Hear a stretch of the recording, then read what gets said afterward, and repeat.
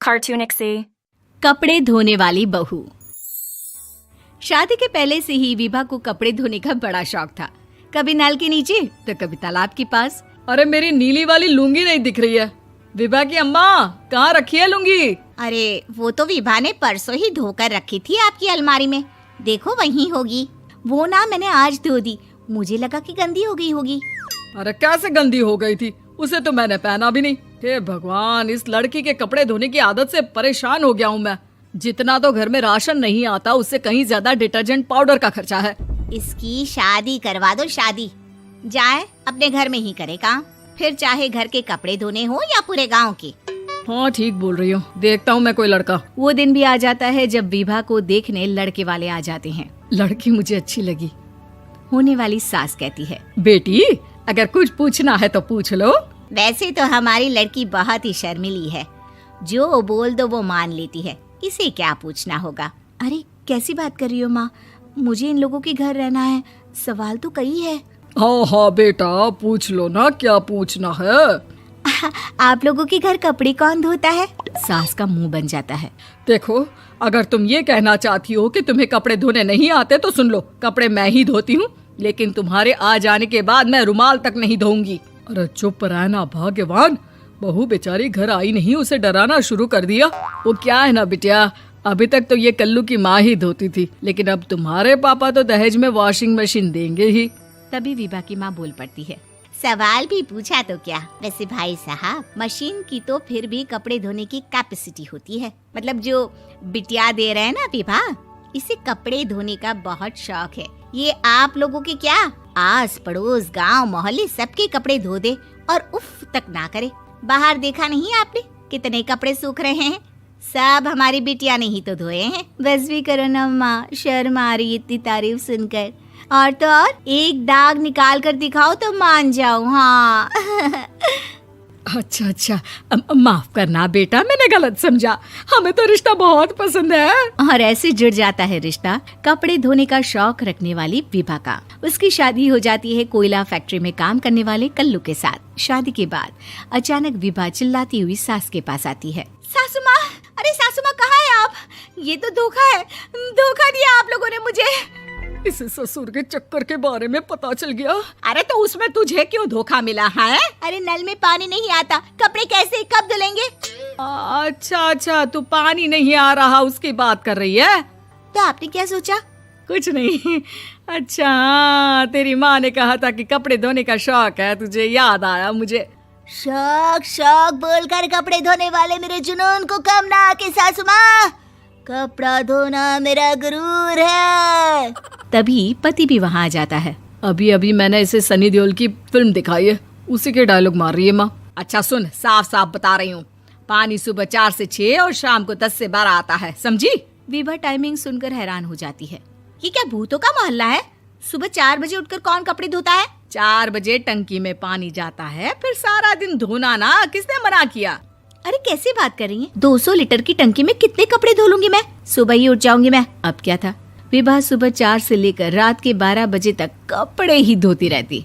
एक रोज सास पड़ोस से निकलकर कहीं जा रही होती है कि साथ वाली कहती है, हाँ कल्लू की माँ, जरा ये बताओ कि 2 साड़ी है, 2 ब्लाउज और एक पेटीकोट और एक नाड़े वाला लंबा कच्छा। हाँ तो? अरे तो क्या, कितना लोगी धुलाई ये बताओ। धोबन दिख रहे हैं हम क्या? हमारे पति सरकारी नौकरी से अभी रिटायर हुए हैं और बेटा सुपरवाइजर है कोयला फैक्ट्री में। धोबन समझ रखा है हमें।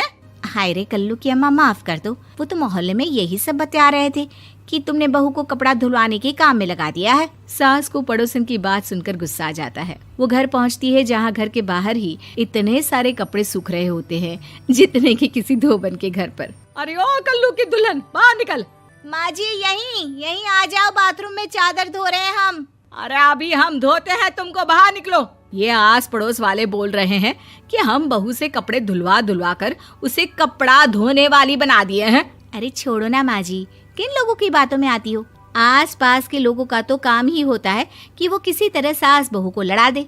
बहू सारे घर के कपड़े धोती है, ये क्या कम है? बोलिए। सास को भी लग जाता है कि वो बहू का ये सनकीपन नहीं छुड़वा सकती, इससे अच्छा है कि खुद ही चुप हो जाए। एक रोज सास और बहू मंदिर जाते हैं, जहाँ सास की साड़ी वहाँ खड़ी भीख मांगने वाली से मिलती है। माँ जी क्या बात है, आपकी साड़ी उस भिखारन से कितनी मिल रही है ना? हाँ हाँ देखो तो दोनों की साड़ी मिल रही है। क्या बात है कल्लू की अम्मा, तुम खुद को तो अफसर की बीवी बताती हो और ऐसी सिंपल सी प्लेन साड़ी पहनकर घूमती हो। सिंपल और प्लेन नहीं है ये साड़ी। तो क्या सोने के धागे से फूल बने हैं? कुछ भी सासू माँ, कुछ भी। हाँ बने थे इस साड़ी में सोने के धागे से फूल। मेरे पति लेकर आए थे मद्रास से स्पेशली मेरे लिए 10,000 की। ताहे भाई साहब इस भिखारन के लिए भी सेम टू सेम साड़ी लेकर आए होंगे 10,000 की। सास उस वक्त तो कुछ नहीं कहती, लेकिन बहू के साथ घर आती है और अलमारी से एल्बम निकाल कर लाती है। ये साड़ी देख रही है, ये वही साड़ी है जिसे मैंने अभी पहना था। इस साड़ी में ये जो चमकदार फूल दिख रहे हैं ना, ये सोने के धागों से काटे गए हैं। लेकिन तू लोकल वॉशिंग मशीन ब्रश से घिस घिस कर सारे फूलों को निकाल कर साड़ी प्लेन कर दी। मुझे माफ कर दीजिए सासू माँ। और तो और, जब मैंने तुझे तेरी गलती के लिए कुछ नहीं कहा, लेकिन तूने तो सबके सामने मेरा मजाक ही बना दिया। क्यों? बहू को समझ में आ जाता है कि अब से उसका कपड़े धोना बंद।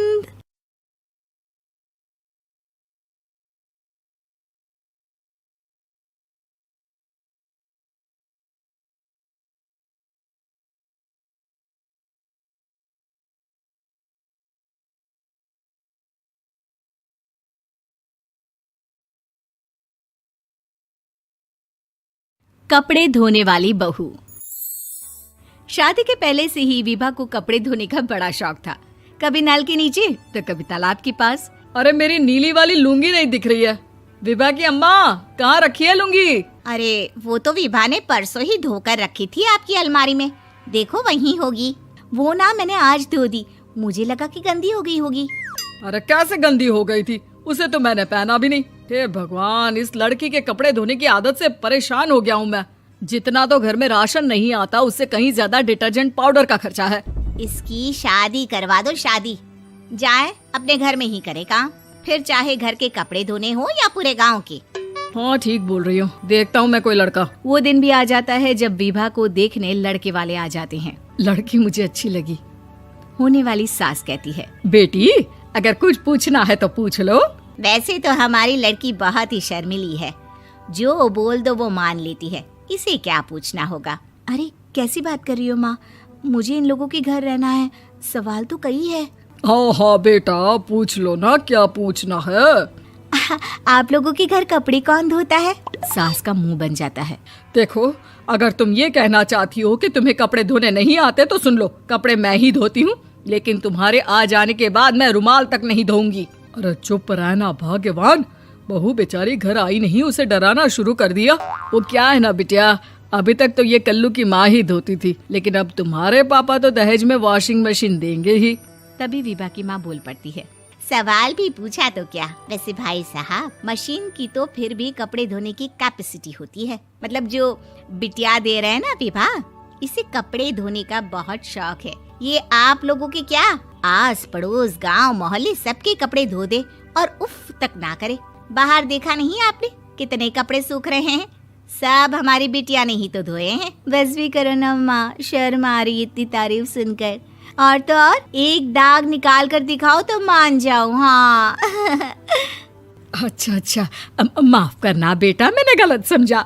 हमें तो रिश्ता बहुत पसंद है। और ऐसे जुड़ जाता है रिश्ता कपड़े धोने का शौक रखने वाली विभा का। उसकी शादी हो जाती है कोयला फैक्ट्री में काम करने वाले कल्लू के साथ। शादी के बाद अचानक विभा चिल्लाती हुई सास के पास आती है। सासू माँ, अरे सासू माँ कहाँ है आप?